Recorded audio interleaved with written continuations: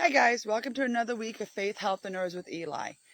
Every episode I try and bring you guys different things that you can do to improve your health, and this week we're going to talk about leaky gut and digestive health. Leaky gut is a topic that's kind of a buzzword. I mean, you hear a lot of people talking about having leaky gut. And You've got mail. I wanted to discuss this week what leaky gut was and why it's important and some of the things that you can do about your leaky gut. So basically, leaky gut is where big word guys, where your intestinal permeability is being altered. Think about the lining of your stomach. Like, you remember those old wicker baskets that our grandmothers used to have that we went on picnics with? Okay, the lining of your gut, which by the way is only one cell deep, so it's no thicker than my finger. Actually, it's a little thinner than my finger. It looks like the weaving of that wicker basket. And what happens over time is, instead of being a very tight weave that doesn't let anything get through, slowly the weaving starts to come apart and you end up with the little holes in the basket material, in the lining of your stomach. And those little holes can be a whole lot of trouble because stuff that isn't supposed to get into your body gets in. Your stomach is a line of defense. As a matter of fact, it's a huge line of defense, considering recently we have learned that a large portion of your immune system is in your stomach lining.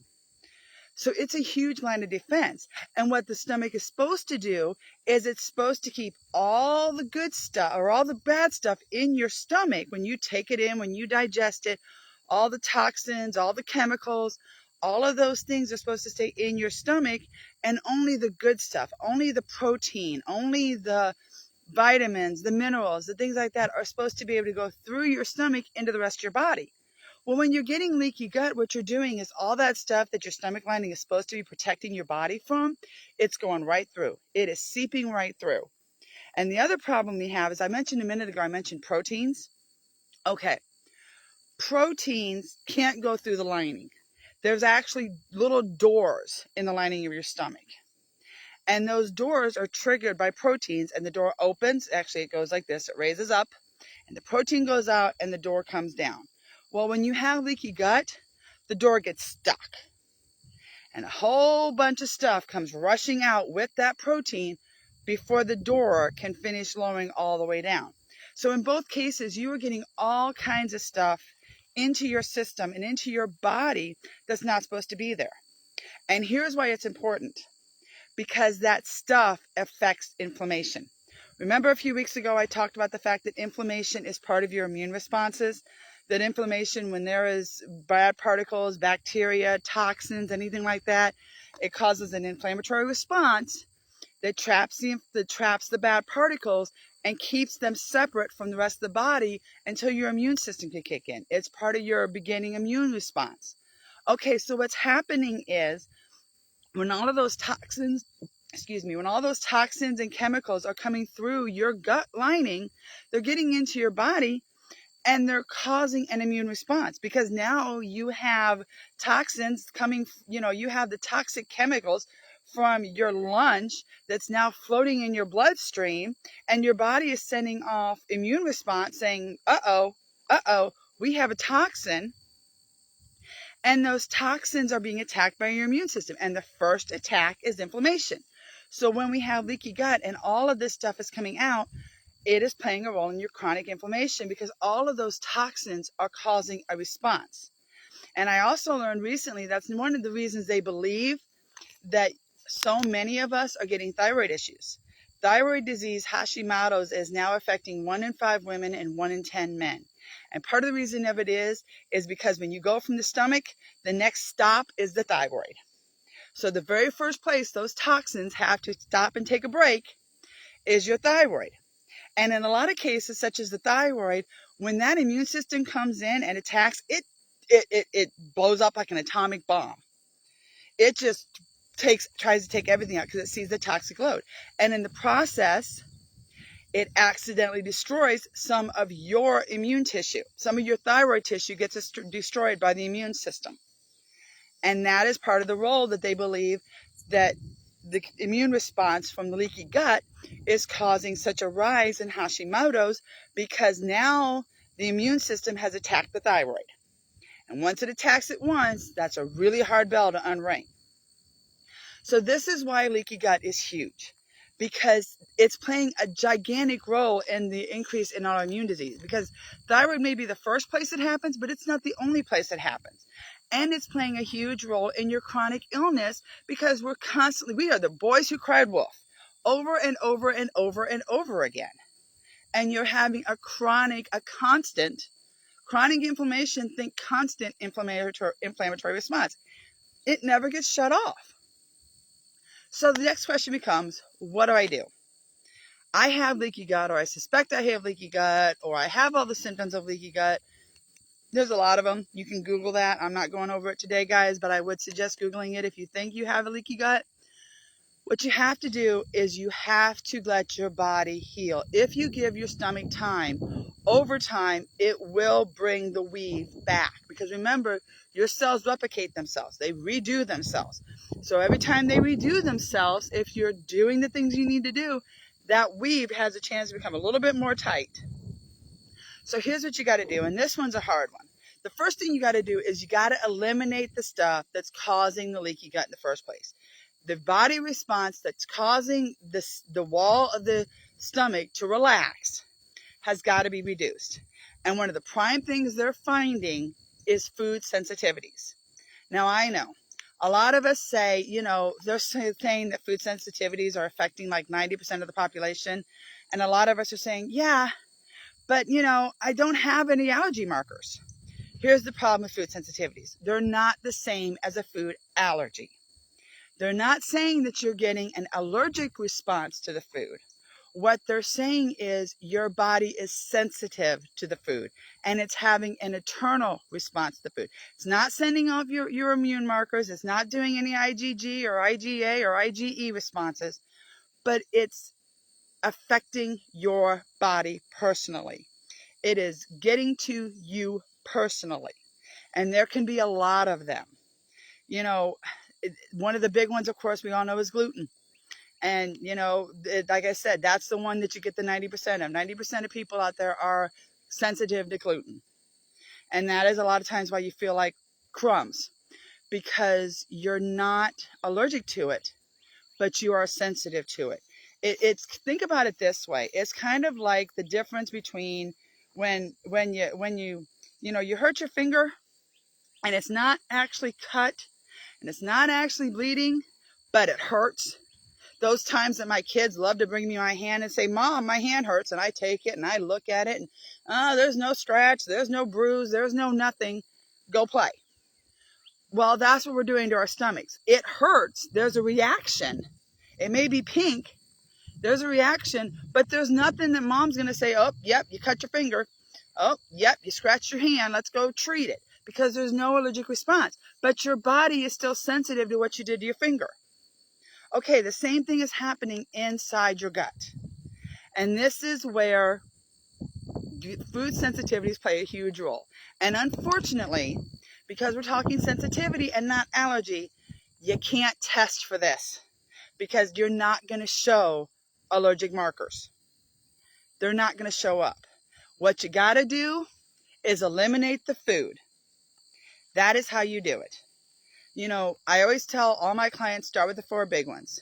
Your dairy, your gluten's the first one, always. Then look at dairy, look at soy.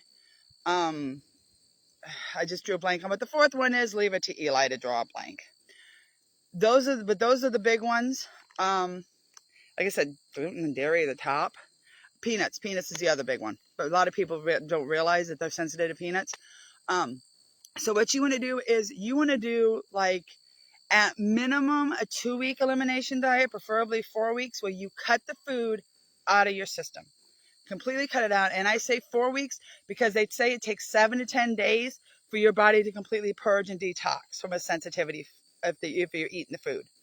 So you want to eliminate it. You want to get rid of it 2 to 4 weeks. And then here's the thing. Once you're clean of it, then you slowly reintroduce the food. Now, that does not mean You get to eat everything again. You know, you're clean for 4 weeks, and then you have milk and cookies for dessert. You got to do one at a time. So you have a gluten, you have a cookie, and then you give yourself 48 to 72 hours and look for a response. And you do the same thing with dairy.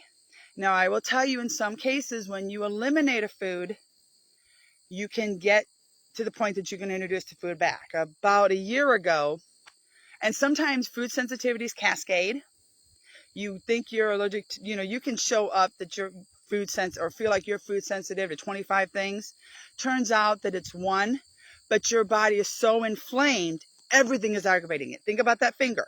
Think about that pink finger. The finger may be sore, but sometimes I can feel it's clear down at the base of my finger. Or it may be so sore I'm feeling it on this finger. Or anything that touches my hand is going to cause my finger to react. That's what you can get. I had this problem last year. I am highly sensitive to gluten. Well, when I went and I actually got biotested. When I got biotested, I had like 13 things that showed up. And she looked at the list and said, why don't we start with the main ones? So we started down the list. And we picked out the ones that would be most likely. And of course, gluten was at the top of the list. Cauliflower was on the list. A few other things were on the list. And I eliminated those. Once I eliminated gluten, a few months later, even though I had not eliminated the other things all disappeared. Because I had taken away what I was most sensitive to, and I had stopped the cascade effect. So that is pretty much what you have to do. You have to eliminate your food sensitivities, and you have to let your body heal. Once you allow that lining to heal, then you usually lose your symptoms of leaky gut. But keep this in mind, and this is where things get iffy. If you introduce a food you're sensitive to, you can start the problem all over again. So unfortunately, a lot of the foods, like I said, sometimes you can heal. Sometimes there's foods you can eliminate. There's also might be a chance where a lot of the foods, you're never going to be able to go on them again. You may do the 4 weeks, try the gluten. 3 days later, you feel like crap, you got to take the gluten out. You go another month to try the gluten. 3 days later, you feel like crap, you got to take the gluten out. That might be the story. You may just have to eliminate a food sensitivity. But it's better to eliminate a food and let your body find its health than it is to continually, internally make yourself sick. Now, the other thing that you can do, of course, to help with leaky gut is you can add herbs. I love my herbs. Always got to talk about the herbs. Some of my favorites for leaky gut, I will tell you, I like meadowsweet. Meadowsweet has a antiviral property to it. So if there's bacteria and those kinds of things that are helping cause the leaky gut, meadowsweet can help on that aspect. The other one that I like is marshmallow root. I know we've talked about marshmallow root before. When you think marshmallows, not anymore, because now they're all fake, but originally marshmallows were made from marshmallow root. It's the root of a flower, and it's a demulcent. So it's very gummy, very sticky. You do not want to put marshmallow root as a tincture because the alcohol does not break down the demulsifying property very well. You want to do this one as a tea or a glycerite, preferably as a tea. And the best way to do it is as a cold brew. So don't use hot water, use cold water and let it sit in the fridge overnight. Demulcents soothe and coat.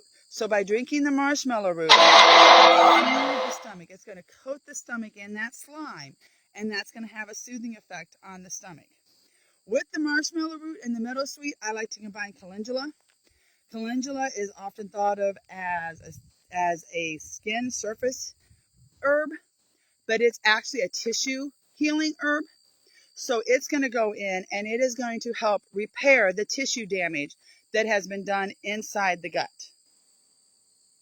So the other one, of course, that I always love whenever we're talking about herbs is peppermint. Peppermint helps calm down the acid and everything in your stomach, because sometimes that's another problem, guys. If you got a lot of acid and you got a lot of leaky gut, you got a lot of problem because the acid is affecting the lining of your stomach and it's affecting the leaky gut. So I often throw peppermint into it just to help calm that stomach while it's doing its thing to restore itself to health.